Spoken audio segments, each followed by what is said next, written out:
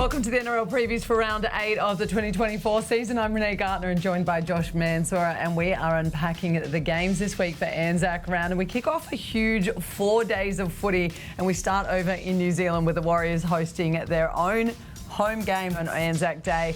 It's the first time in 9 years, Josh, and it's up against the Titans, who actually got the win in 2015. Can I say it could happen again? It actually could happen again, but saying that, yeah, it's great to see the Warriors take their Anzac Day clash back home. I feel like it's a massive spectacle, obviously, both Australian and New Zealand cultures, so I'm sure it's going to be a big game. It is going to be a big game and already a sellout as well too, but let's unpack the Warriors first. They had a little bit of a shock to the system last week. They're going to be looking to tighten those bolts coming into this clash. Yep. As I said, the Titans, they can be a bit of a bogey side. Des could be coming for the ambush, but they won't be taking this game lightly at all. Yeah, well, saying that, like, there's been games this year where you like to think the Warriors should have won them. Like, they're coming up against the big top sides, but they're just, I don't know if they're under-preparing or they're going a bit too comfortable when they face those teams below the ladder.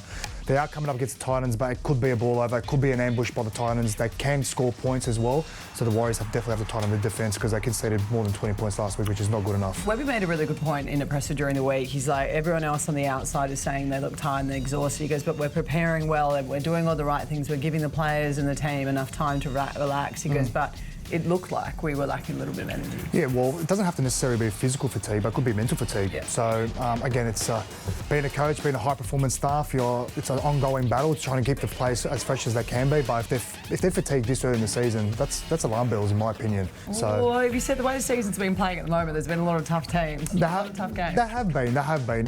But saying that, like, there's no way the teams should be flat this time, in my own opinion, anyway. Okay.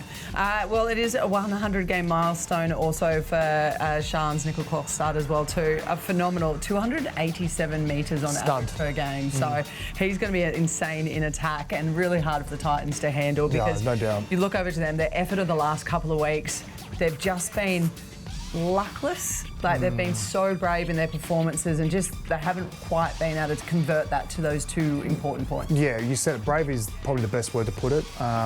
Again, it comes back to where Des coming back into the picture, right? Like, obviously, he wants to implement his own strategies, his own defence structures and processes. That's all going to take time, and it is what it is. And I remember when Ivan, I like to use this as an example. When Ivan first came back to the club, we were 0-5. Yeah. So, it's a slow build and progress.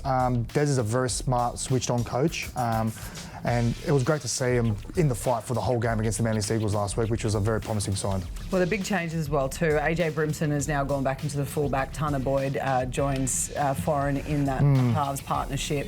How do you see that going and changing? I guess attack-wise, they have got that strike power. Defence-wise, they've been conceding 30 points per game. Well, attack's not the issue. Yeah. We said AJ Brimson needs to get the ball as much as he can. He's their star player.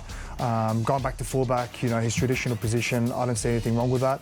Tanner Boyd coming back in the side, I feel like it's a plus as well.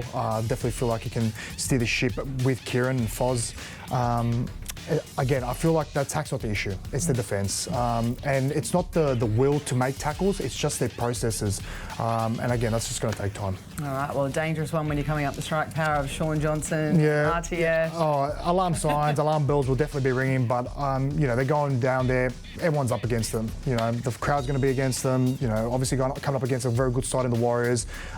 They can ambush them. There is an opportunity for that, like they did in 2015. Could it happen again? Possibly, but I'm going to play the safe bet and go to Warriors. Oh, you said the opposite off camera, and here it is. He's going the Wars. All right, thank you so much, Josh. This is a sellout over in Auckland, so if you have already missed out on tickets, you will not miss out on watching this game. All you need to do is check it out on Foxtel, Sky New Zealand or KO. Kickoff is 2 p.m. Australian Eastern Standard Time.